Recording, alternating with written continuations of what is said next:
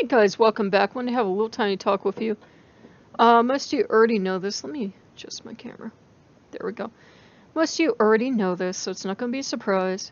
You're not dying in 2 days. September 23rd is not going to be the date that an imaginary planet is going to hit us, nor is some special celestial alignment going to happen. It's just not. I'm sorry, but we have a thing on this planet called science. People need to learn to use it. In case you are wondering what I'm on about, there is a Christian fanatic, and being Christian is not part of the reason he's fanatic. I think this guy's just straight up bonkers. Predicting that we're going to be hit by a planet. Only the problem is this planet doesn't exist. It never existed.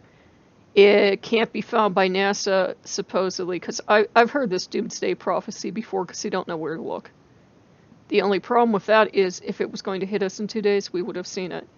And the other problem with it is these people are fond of using biblical codes, numbers, signs, only they're using a random interpretation of the original text that may or may not have everything that was in the original text and so forth and so on. And you could find anything you wanted in the Bible if you were looking for. Some people try to use it to pick winning lottery numbers, which is about as much a success rate.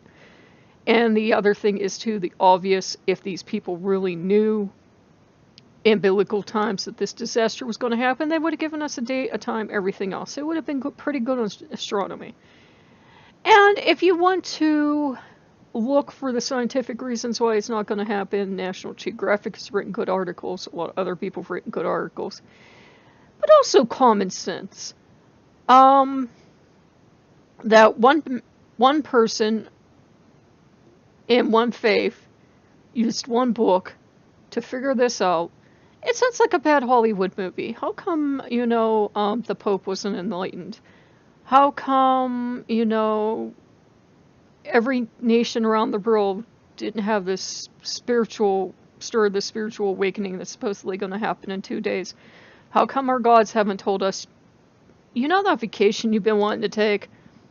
Well, as long as you take it before September 23rd, you're good. And I'm not making the video to make fun of these people or their beliefs. A lot of times it's a monetary thing.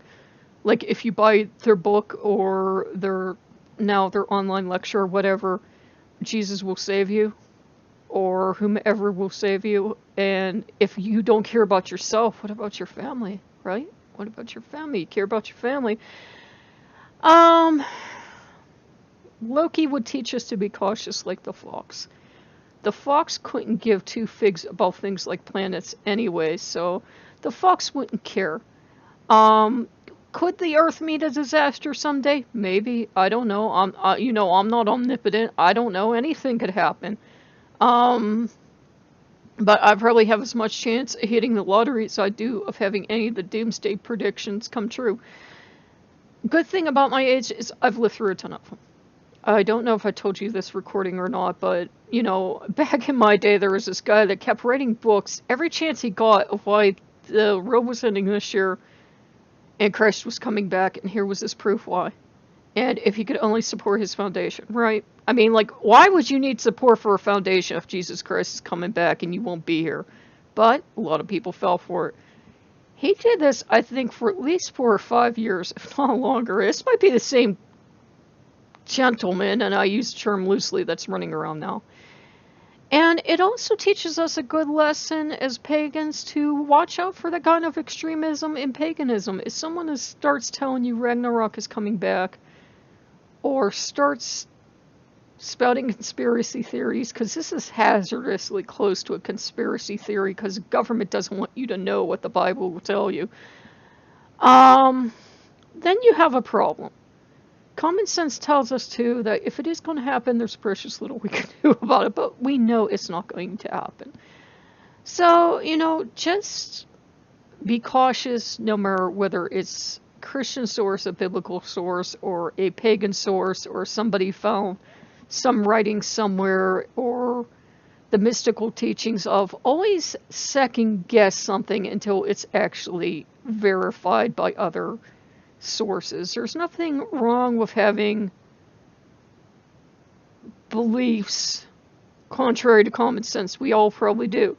But there is something wrong when you start living as a doomsday prepper, which is scary, makes me think of Johnstown. And there's something wrong when you live your life in fear. Loki does not want that for us. He doesn't want us to live in fear, and he doesn't want us to latch on to every new doomsday prophecy, or Ragnarok is coming, or the world's going to end in 2 days.